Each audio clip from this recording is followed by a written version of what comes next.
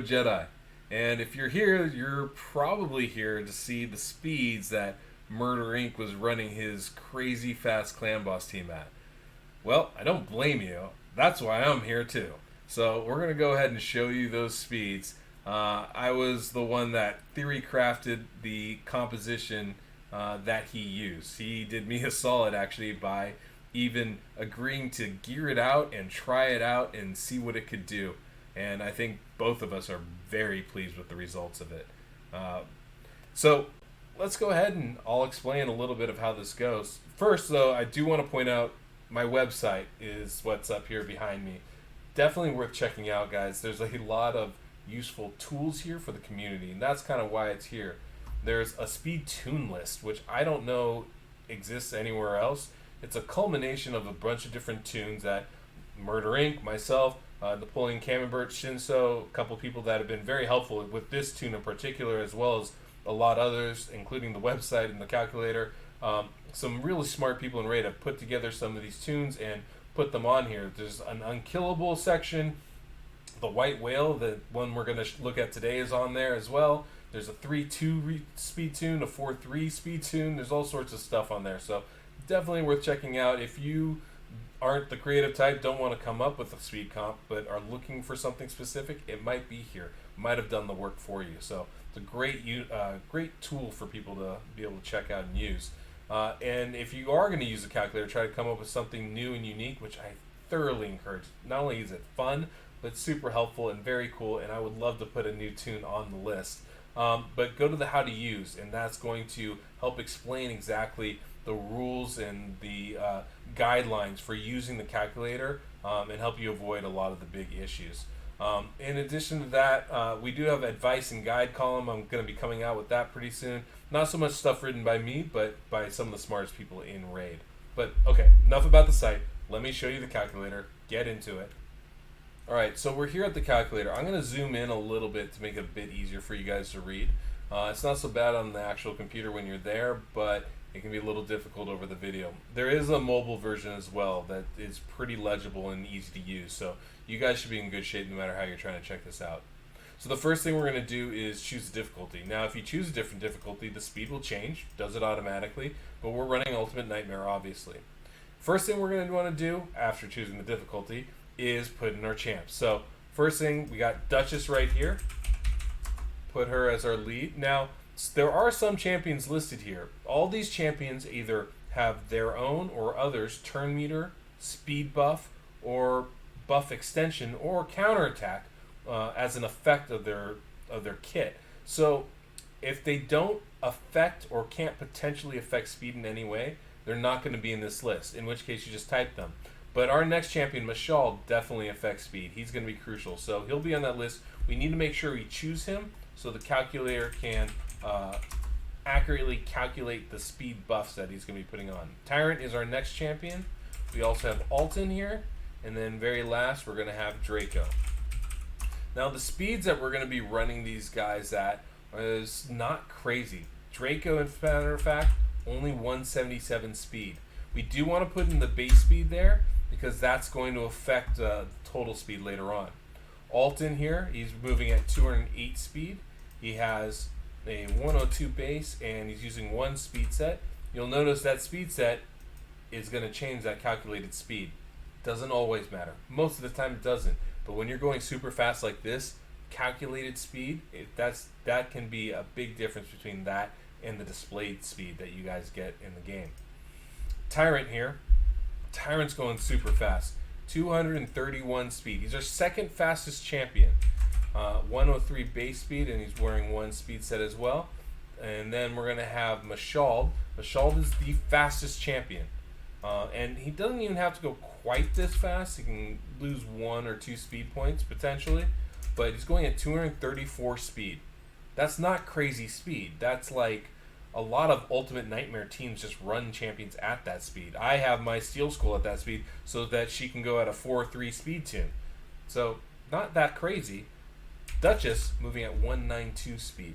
103 base and 1 speed set. Now, to be fair, the only reason why we're able to run at these speeds is because we have a speed aura boost, and that's coming from Duchess of 19%. and that is huge, huge speed boost. The effective speed of MacLeod is like 254, so that can make a really big difference. Now, if you look over, you'll notice we are definitely not going in a 2-1 speed ratio, because we have one more thing to add, the skills and the cooldown. So, Draco, we're going to start from the bottom again. Draco, A2 and A3 both are 3-turn cooldowns. Not a big deal when he uses them. They're damage kind of skills. They're going to come up frequently. Not concerned about it. Alton has that A2 ability with the increased defense. 3-turn cooldown on that. Tyrant has 2 skills, an A3 and A2, both on 3-turn cooldowns. MacLeod, now some champions, the speed champions, you have to be very careful with using their skills. The calculator works specifically. The highest rated skill is going to go before the lowest rated skill. It has priority. But some champions, especially when you're using speed, prioritize different skills. MacLeod, his increased speed buff is his A2 in game. He prioritizes that. That's the one he's going to use most often. So we need to put that in the A3 slot. He also takes an extra turn immediately after, which means that even though it's a 3-turn cooldown, for him, it's effectively a 2-turn cooldown. So we're going to put that in as well. And as soon as we do that, you notice everything changes over here, starting to calculate that speed buff. And then Duchess has a 4-turn cooldown for her block debuff ability. So as we look, we can see turn 9, we are fully in a 2-to-1 turn ratio. All the champs are taking 2 turns for every 1 turn the clan boss takes. That's fantastic. Honestly, it gets me pretty giddy. I've been dreaming about a comp like this for a long time. I didn't think it would actually come to fruition. So the only other thing we need to do now is make sure that we're using the skills at the right time. And yes, you can just do it manually, but we can actually plan it. That's part of the beauty of having a speed comp like this. Not only is it constant speed, but it's consistent, so we can predict when skills need to be used and when the clan boss is using their skills, so we can mitigate those things too. So in order to do this, we're going to look once we're in the tune. That's when things are going to be repetitive. We'll click it on auto. We want it to just work automatically at that point, so we need to prepare for that. So MacLeod's going to use his A3 after the stun. There's 2 AoEs. Now there's one skill that we absolutely need to get in sync, and that's Tyrant's ally protection ability. We need Tyrant to use ally protection on both attacks. It's very important to help keep our team alive and get the most damage. So in order to do that, Tyrant is going last first, and then we also need to have him use his abilities in certain order. So we need Tyrant to use his ally protection after the stun on his first attack. That'll mean, because it's a 2-turn ability, it'll be up for the first AoE, and then it'll come back up for the second AoE. So that's going to be crucial. We need to do that. So where is Tyrant going? He's not using it there. Seems like he's using it 2 turns later, 1 turn before. So we're going to give him a 1-turn cooldown on that ability and see if that fixes it. Turn 9. Nope. It's a 2-turn. Oh, it's his A3, not his A2. And it's a 2-turn cooldown we're going to need. So we're going to try it again. And look, it works. He goes right after MacLeod. Everybody takes 1 turn. And then the ally protection's up for the AoE. The second turn everybody takes, ally protection falls off. The third turn, he puts it up again just in time for the AoE too. So that's going to work out perfect, keep our team alive. That's important. The other thing that we could look at is Alton's increased defense ability. Not super concerned about that. What I am concerned though is Duchess protecting herself as much as possible from the stun. Now, she has a 4-turn cooldown, and these are 2 turns, each one of these turns. So she's not going to be able to use it and keep that buff up all the time. It's not going to be consistent, but hopefully she can keep it up for a majority of the time. So we're going to try and make sure that at least when it happens, she's blocking whatever debuffs are coming. That means she needs to be doing it on her second attack for each turn. So right now it looks like it's going on the first attack, and yeah, it's on the first attack. So we need to give her at least a 1-turn delay on that ability. So we're going to go ahead and do that. Although the thought occurs to me, perhaps we can protect her from the stuns leading up to the tune.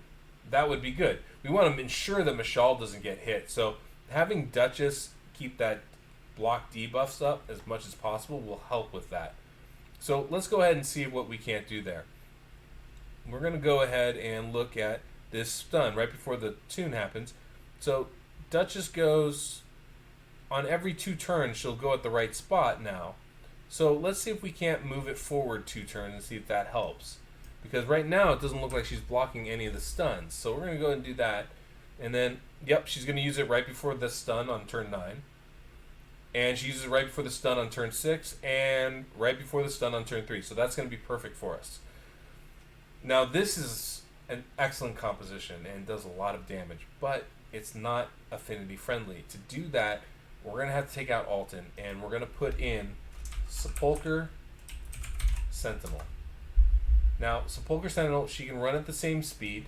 We're going to change her base to 98. You do notice it changes the calculated speed. Thankfully, it's not going to affect this composition, but you want to pay attention to that. Her cooldown is a 4-turn cooldown, not a 3-turn on that A2. But because it's a 4-turn cooldown, and Duchess is a 4-turn cooldown, and we go every 2 turns, those should overlap perfectly so that we always have a block debuff up, no matter what skill the clan boss is using. That can be really useful. So we're going to go back and we're going to see. First, we want to make sure that once we're in the tune, they're going opposite. So you can see the Duchess uses her A2 here, but so does Sepulcher. Well, we already prepared for the stuns with Duchess before, so let's move Sepulcher, give him a 2-turn delay, and see if that works. And you'll see Sepulcher goes there, Duchess here, Sepulcher on the next one. So that'll work. That'll keep us, once we're in the tune, we'll make sure we don't have any buffs. Sepulcher will block the stun, and if he doesn't, if he's still on cooldown, Duchess will, because we have that alternating pattern. So now we just want to make sure that Sepulcher is going to have that up for every AoE 2 leading up to the clan boss to make sure that when we're facing the green affinity, we don't get a slow debuff on us. So we're going to look here. That first one, does have it up. That'll be perfect. And then the next one, yep, he's got block debuff up for that AoE 2. And then this one's a problem because he goes after it. So what we can do is just mentally remember, we'll do a 1-turn delay on that Sepulcher on that first attack, and then we'll make it a 5-turn delay. We'll put an extra turn of delay in there for the second time he puts up the buff in order to block the next one. So that's pretty simple. That's how it's done. Hopefully this was helpful for you guys. Really, hopefully you guys are going to want to use this tool. I use it almost every day. It made a world of difference for my clan boss. And when you're theory crafting, when you're trying to find something new, which happens to all of us after we've done our damage and we know what our team can do, we want to build something a little different. This is a perfect place to come to. Try out the calculator. Try something new and different. It's going to really change your approach to the clan boss. And because I have all these speed champions included in it already, you can really try using some exotic compositions. And I'm really excited to see what you guys come up with. So I want to say thank you, MurderInc, for including me in this, for indulging in my theory crafting and trying something so preposterous and making it work. Just thank you so much for that. Thanks to all the other raid Illuminati that have helped me come up with this composition and helped this site really thrive in the short time that it's been here. So hopefully I will see all of you again. If you like this, if you enjoy hearing me talk, I guess, go ahead and subscribe to this video. I have some fun stuff. I'm going to try and be doing a lot of clan boss videos just to help everybody out with that part of the game. It's my favorite part, and my guess it is for you too. So hopefully you enjoyed it. Leave a comment, subscribe, like, do all that fun jazz. I really enjoy talking to people. So hopefully I'll see you guys in the future, and till next we meet, thanks for coming by.